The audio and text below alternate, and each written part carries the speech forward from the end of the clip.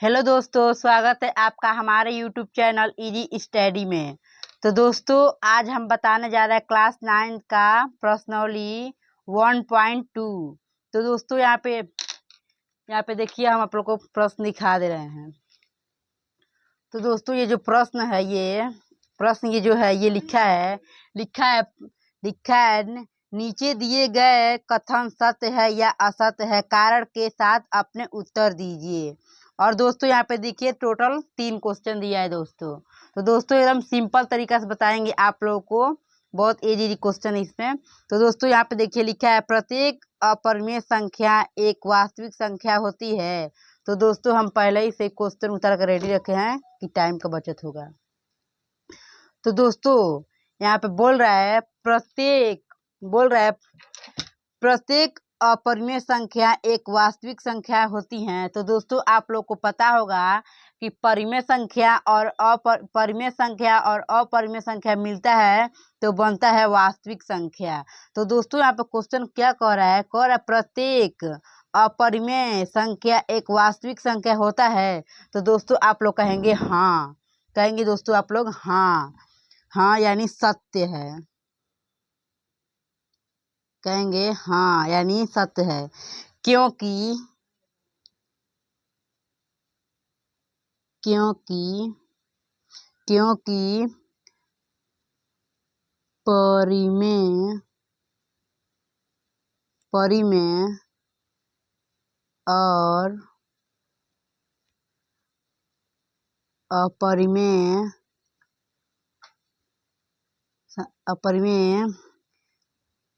संख्या मिलकर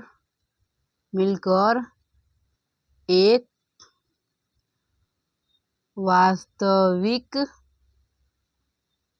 वास्तविक संख्या होता है। तो दोस्तों, यहाँ पे क्वेश्चन एक बार समझा दे रहा है आप लोग को। तो दोस्तों, यहाँ पे क्या रहा है? प्रत्येक अपरिमेय संख्या एक वास्तविक संख्या होता है। तो दोस्तों, आप लोग जानते होंगे कि वास्तविक संख्या वे संख्याएं होती है जिसमें परिमेय और अपरिमेय दोनों मिक्स होता है, यानी दोनों मिलकर वास्तविक संख्या बनता है दोस्तों। तो मान लीजिए प्रत्येक परिमेय संख्या एक वास्तविक संख्या होता है दोस्तों। तो कहेंगे आप लोग हाँ, क्योंकि वास्तविक संख्या अपरिमेय संख्या मिलकर बनता है और परिमेय संख्या भी मिलकर बनता है। तो दोस्तों, और यहीं पे क्वेश्चन लिखा होता है कि परिमेय संख्याएं एक वास्तविक संख्या होती है, यानी प्रत्येक अपरिमेय संख्या एक वास्तविक संख्या होती है। तो आप कहेंगे हाँ, क्योंकि परिमेय संख्या और अपरिमेय संख्याएं मिलकर एक वास्तविक संख्या बनती है। ये तो हो गया। फिर दोस्तों, यहाँ पे परिमेय दिया होता, अब बोलता प्रत्येक परिमेय संख्याएं एक वास्तविक संख्या होती हैं। तो आप कहेंगे हाँ, क्योंकि उसमें भी परिमेय संख्या और अपरिमेय संख्याएं मिलकर बना होता है। तो यानी आप लोग कहेंगे कि हाँ, क्योंकि परिमेय संख्या और अपरिमेय संख्याएं मिलकर बना होता है और प्रत्येक अपरिमेय संख्या एक वास्तविक संख्या होता है। ये तो हो गया दोस्तों। अब चलिए दूसरा बताते हैं। तो दूसरा दोस्तों क्या कह रहा है? संख्या रेखा का प्रत्येक बिंदु, यानी संख्या रेखा का प्रत्येक बिंदु यम के रूप का होता है जहाँ यम एक प्रकृत संख्या है। दोस्तों, प्रश्न क्या कर रहा है? प्रश्न आप लोग समझिए क्या कह रहा है। संख्या रेखा का प्रत्येक बिंदु यम के रूप का होता है जहाँ यम एक प्रकृत संख्या है। तो दोस्तों, आप लोग कहेंगे असत्य है, आप लोग कहेंगे असत्य है। क्योंकि कड़ी में 3 और कड़ी में 5 के बीच अनंत संख्या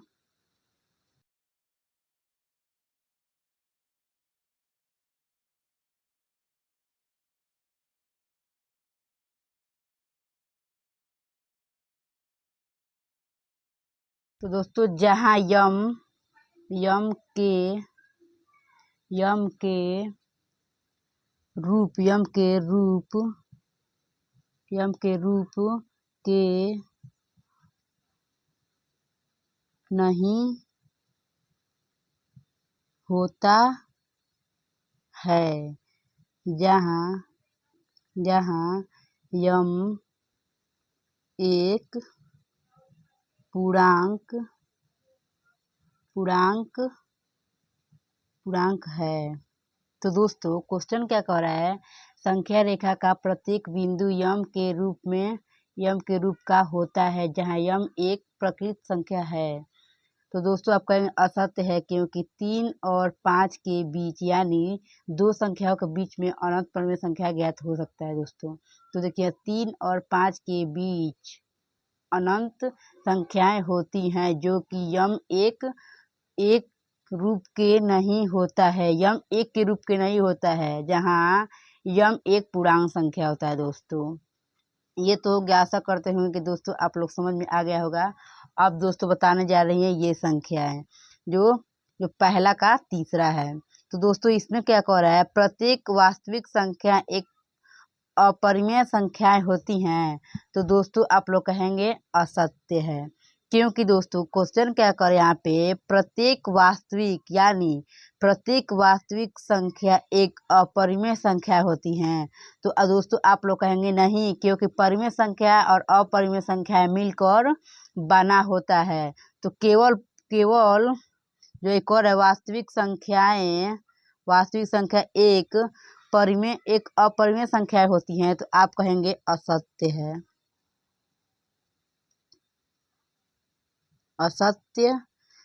क्योंकि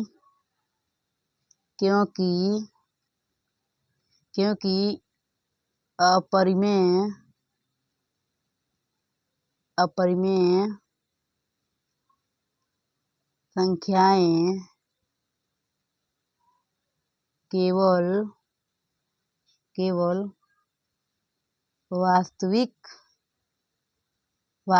वास्तविक संख्या नहीं होती हैं। इसमें परिमेय संख्या भी होता है। तो दोस्तों क्वेश्चन क्या कर रहा है, प्रत्येक वास्तविक संख्या एक अपरिमेय संख्या होती है। तो आप कहेंगे असत्य है, क्योंकि परिमेय संख्या केवल वास्तविक संख्या नहीं होती हैं, इसमें परिमेय संख्या भी होता है। तो आप सिंपल से कह देंगे कि परिमेय और अपरिमेय संख्या मिलाएंगे तो वास्तविक संख्या होगा, और खाली अपरिमेय संख्या से वास्तविक संख्या नहीं बनाए दोस्तों। खाली अपरिमेय संख्या है वह केवल वास्तविक संख्या से नहीं बना है, वह परिमेय और अपरिमेय मिलाकर वास्तविक संख्या बना है दोस्तों। तो मान लीजिए और एक कह दिया कि खाली हमें वास्तविक है, जो वास्तविक संख्या है वह सिर्फ और सिर्फ अपरिमेय संख्या से मिलकर बना है दोस्तों। तो ये गलत है, क्योंकि वह अपरिमेय संख्या जो है और परिमेय संख्या और अपरिमेय संख्या मिलकर वास्तविक संख्या बना है। और सिर्फ वास्तविक खाली कहता कि प्रत्येक परिमेय संख्या एक वास्तविक संख्या है, तो अब तो सही है दोस्तों, लेकिन केवल परिमेय संख्या ही वास्तविक संख्या नहीं हो सकता है, क्योंकि वास्तविक संख्या में परिमेय संख्या और अपरिमेय संख्या मिलकर बनता है दोस्तों। तो ये तीसरा क्वेश्चन आप लोग को समझ में आ गया हो दोस्तों। अब बताने जा रहे हैं हम आप लोग को दूसरा। तो देखिए दूसरा में दोस्तों क्या क्वेश्चन कर रहा है कि क्या सभी धनात्मक पूर्णांक एक पूर्ण अपरिमेय संख्या होता है, यदि नहीं तो एक ऐसी संख्या के वर्गमूल का उदाहरण दीजिए जो एक परिमेय संख्या है। तो दोस्तों आप लोग जान रहे हैं कि आप लोग लिखेंगे सभी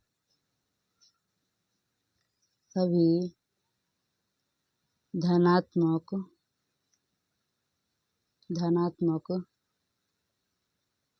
पूर्णांक के वर्गमूल वर्गमूल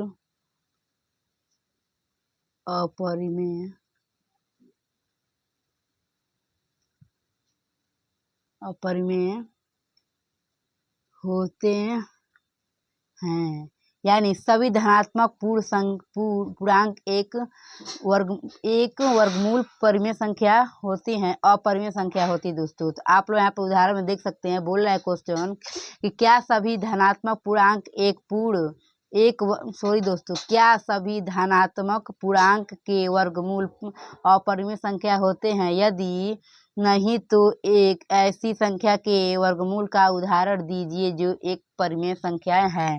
तो दोस्तों आप लोग देख सकते हैं, मान लीजिए कर्णी में 4 है, तो अगर 2 निकालेंगे दोस्तों तो यही उसका उदाहरण हो जाएगा।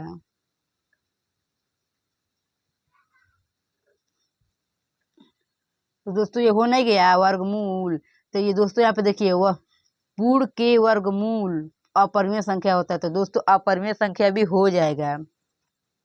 मान लीजिए यहाँ पे अपरिमेय संख्या का वर्गमूल है, तो इसका वर्गमूल कितना निकलेगा दोस्तों? तो मान लीजिए 2.2 कुछ, यानी मान लीजिए यहाँ पे 5 ही है दोस्तों, तो 5 का वर्गमूल 2 पॉइंट यानी 2 समथिंग 2 कुछ होता है, यानी 2 से 2 कुछ आगे होता है दोस्तों। तो ऐसे ही होता है दोस्तों। मान लीजिए एक परिमेय संख्या का उदाहरण है और एक अपरिमेय संख्या का उदाहरण है दोस्तों। अब दोस्तों तीसरा क्वेश्चन क्या कर रहा है, दिखाइए कि संख्या रेखा 5 को किस प्रकार निरूपित किया जा सकता है दोस्तों। तो इस पे दोस्तों आप लोग को विशेष ध्यान देना पड़ेगा। तो दोस्तों इसके लिए लंगड़ा प्रताप, स्केल और चांदा का सहायता लेना पड़ेगा दोस्तों। तो दोस्तों यहाँ पे हम ले लिए हैं और चलिए आप लोग को हम बताते हैं कैसे लगेगा दोस्तों।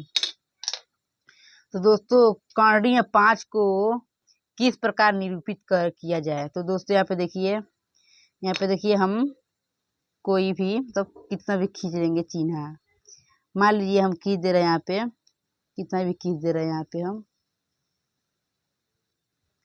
मान लीजिए दोस्तों यहाँ पे हम खींच दिए हैं। बुझा रहा है दोस्तों आप लोगों को? मान लीजिए यहाँ पे खींच दिए हैं और लिख दिए दोस्तों, लिख दिए हैं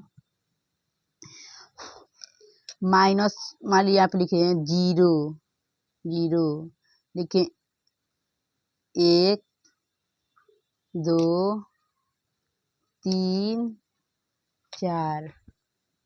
फिर दोस्तों यहाँ इधर लिखे हैं -1 -2 -3। अब दोस्तों ये लिखा गया। अब इसको दोस्तों क्वेश्चन को एकदम आप लोग को शांति से समझना पड़ेगा दोस्तों कि क्वेश्चन क्या कह रहा है दोस्तों। तो लिखा है दिखाइए कि संख्या रेखा पर 5 को किस प्रकार निरूपित किया जाए दोस्तों। तो दोस्तों आप लोग वीडियो के अंत तक बने रहिएगा दोस्तों, आप लोग एकदम सरल तरीका से बताएंगे कि कैसे लगेगा दोस्तों। तो दोस्तों यहाँ पे देखिए मान लीजिए कह रहा है कर्णी में 5 के निरूपित किया जाए। तो दोस्तों मान लीजिए अगर 0 से मान लीजिए 90 अंश और हम लोग खींचेंगे, मान लीजिए 2 है, मान लीजिए 2 से हम लोग 90 अंश का खींचेंगे दोस्तों। आप लोग ध्यान दीजिएगा, मान लीजिए 2 को हम लोग ये जो 90 अंश है यहाँ से खींचेंगे 90 अंश, यहाँ पे हम लोग खींच दिए, यहाँ से मान लीजिए ये आ गया 90 अंश यहाँ तक। तो दोस्तों यहाँ तक नहीं खींचेंगे दोस्तों हम लोग सिर्फ थोड़ा ही से ही, यानी जितना ये है उतना ही अभी हम लोग यहाँ पे खास देंगे दोस्तों, यहाँ पे खास देंगे दोस्तों। और देखिए मान लीजिए और ये खास दिए तो मान लीजिए ये 0 और 2 के बीच में हम लोग बनाएंगे। तो दोस्तों मान लीजिए 5 परिमेय जो होता है कर्णी में वह 2 समथिंग 2 के बराबर होता है दोस्तों, यानी 2 से अधिक 2 होता है दोस्तों। अब मान लीजिए ये इसको हम लोग ऐसे मिला दिए, ऐसे हम लोग मिला दिए दोस्तों। अब दोस्तों मान लीजिए 1 और 2 है दोस्तों, तो मान लीजिए इसको हम लोग 2 का स्क्वायर मान सकते हैं दोस्तों, मान सकते हैं 2 का स्क्वायर, 2 का स्क्वायर। और दोस्तों यहाँ पे 1 मान लेंगे। और दोस्तों कर्णी में 5 का मान मतलब निरूपित करना है दोस्तों। तो यहाँ पे हम लोग लिख देंगे, जब 4 का वर्ग हम लोग करेंगे, 2 का वर्ग करेंगे दोस्तों, 2 का वर्ग लिखेंगे तो 2 दूना 4 और 1, यानी कर्णी में 5 यहाँ पे दोस्तों हो जाएगा। यहाँ पर सबसे सिंपल तरीका से है दोस्तों कि मान लीजिए अगर कोई कहेगा निकालने के लिए, तो एक आप लोग स्केल के माध्यम से एक रेखा खींच लेंगे, फिर 90 अंश का एक बना देंगे कोण। और फिर दोस्तों यहाँ पे बोल रहा है 5 का निरूपित करना है दोस्तों, तो यहाँ पे हम लोग 2 लिख देंगे, यानी 0 और 1 2 के बीच में है दोस्तों। तुम्हारे ये यहाँ पे इतना है तो 2 का हम लोग वर्ग ले लेंगे। जब 2 का वर्ग ले लेंगे दोस्तों तो यहाँ पे हो जाएगा 4, यहाँ पे 4 हो जाएगा दोस्तों। 4 1 5 हो जाएगा दोस्तों, तो यहाँ पे हम लोग कॉर्नर में 5 लिख देंगे दोस्तों। तो दोस्तों ऐसे ही लगेगा दोस्तों।